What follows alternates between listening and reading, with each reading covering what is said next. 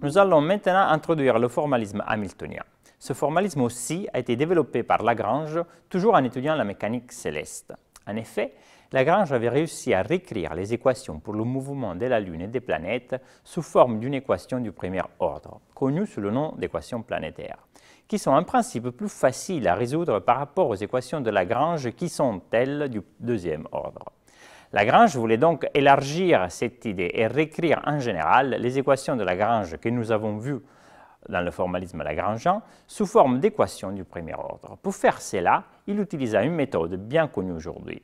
En effet, pour transformer une équation d'ordre 2 en deux équations d'ordre 1, il suffit d'introduire la dérivée première comme nouvelle inconnue.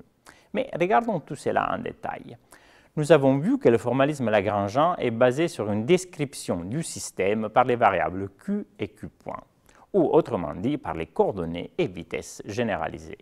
Les équations de Lagrange sont des équations du deuxième ordre en t qui ne sont pas forcément faciles à résoudre. Il est donc plus convenable de transformer ce système de L-équations du deuxième ordre en t en un système de deux L-équations du premier ordre en t.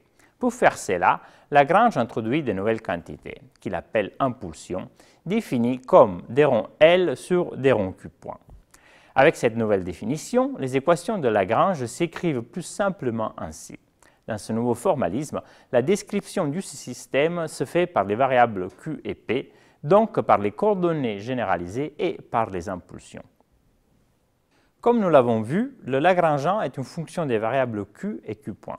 La différentielle du Lagrangean s'écrit donc ainsi, où je rappelle que la somme se fait sur les L degrés de liberté du système. Dans cette différentielle, nous voyons apparaître ces deux dérivées qui sont égales à P.K et Pk, comme nous venons de le voir. En effet, Pk est égal par définition à des ronds L sur des ronds Q', alors que l'égalité des ronds L sur des ronds Qk égale à P.K est juste l'équation de Lagrange. En prenant en compte ces égalités, nous pouvons réécrire ainsi la différentielle du Lagrangean. Dans cette expression, nous pouvons écrire ce terme d'une façon plus commode. Voyons donc comment le réécrire. Écrivons la différentielle de la somme de Pk fois Q.k, ce qui donne juste la somme de ces deux termes. En partant de cette équation, on peut écrire la somme de Pk fois dQ.k comme la différence de ces deux termes. Je rappelle l'expression de la différentielle du Lagrangean, dans laquelle nous pouvons réinjecter cette expression de la somme de Pk fois dQ.k, ce qui donne enfin la somme de ces trois termes pour la différentielle du Lagrangean. C'est ici un moment important dans l'histoire des sciences. C'est ici que Lagrange décide de rendre hommage à l'illustre scientifique Huygens en notant H cette quantité. À savoir, aujourd'hui cette quantité est connue plutôt sous le nom de Hamiltonien, pour rendre hommage à notre illustre scientifique, William Hamilton. Par contre, à l'époque où Lagrange fit ses travaux, Hamilton n'avait que 5 ans, et donc il n'avait pas encore de renommée scientifique, bien sûr. Il y a d'ailleurs un manuscrit à l'Insta qui a été rédigé à la main par Lagrange même, et que nous appelons à juste titre le trésor de l'Insta, dans lequel Lagrange écrit et commente l'expression de cette quantité, H, qu'il aurait très probablement appelé Huygensien. Ce manuscrit a été découvert dans les méandres des anciennes bibliothèques de l'Insta par le professeur Jérôme Pérez. Dans tous les cas, à tort ou à raison, aujourd'hui cette quantité est partout appelée hamiltonien. Nous allons voir que le hamiltonien représente dans la majorité des cas l'énergie totale d'un système. Et c'est donc une quantité fondamentale en physique. Nous verrons dans les prochains chapitres que le hamiltonien est une quantité incontournable en physique quantique aussi. C'est même le point de départ de toute étude du système quantique. Mais continuons le développement de ce formalisme. Si on calcule la différentielle du hamiltonien, on trouve ici une expression qui relie la différentielle du hamiltonien avec les différentielles de Qk et Pk. À partir de ces différentielles, on voit que les quantités P.k et Q.k doivent satisfaire les relations suivantes, connues sous le nom d'équations de Hamilton. Ce sont aussi des équations du mouvement, au même titre que les équations de Lagrange. Il faut remarquer ici que nous avons deux ailes d'équations du premier ordre qui sont donc en principe plus faciles à résoudre par rapport aux ailes équations de Lagrange qui sont elles du second ordre. Il faut quand même ici remarquer que les étapes qui permettent d'aboutir à ces équations peuvent être parfois très compliquées.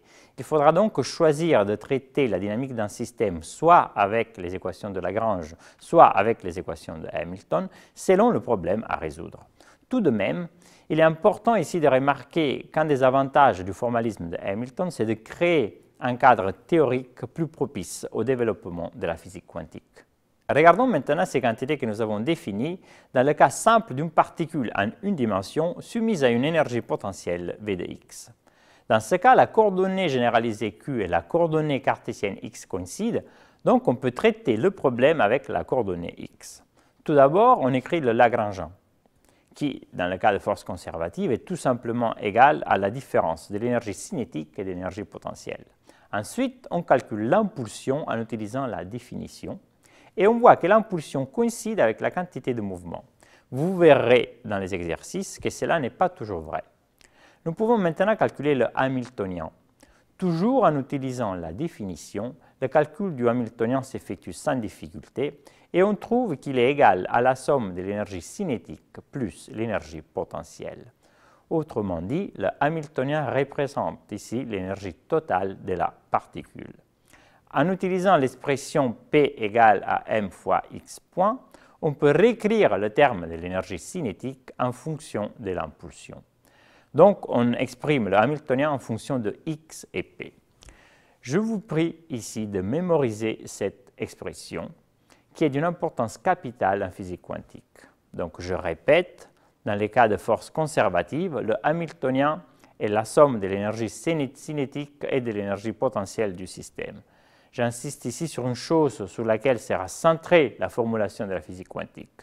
La description du système se fait ici par les variables position et impulsion, et non pas par les variables position et vitesse, comme dans le cas du formalisme lagrangean. Cette remarque est fondamentale pour passer au formalisme de la physique quantique, comme ce sera montré dans les prochains chapitres. Ce sera cette expression que nous utiliserons tout le long de ces cours d'introduction à la physique quantique. Si on regarde maintenant le cas de n particules indépendantes et 50-30 en 3 dimensions soumises à une énergie potentielle, on peut répéter le même calcul sans difficulté.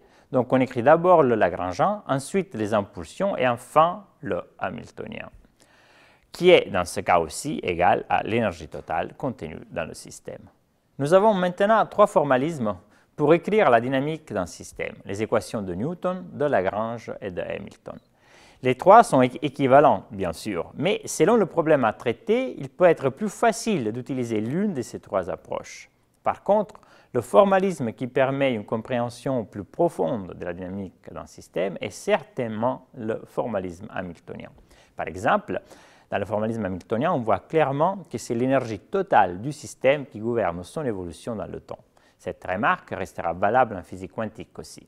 En physique quantique, on utilisera le cadre théorique du formalisme hamiltonien. Nous utiliserons donc la position et l'impulsion comme variables dynamiques et nous ferons appel au hamiltonien pour décrire l'évolution dans le temps du système.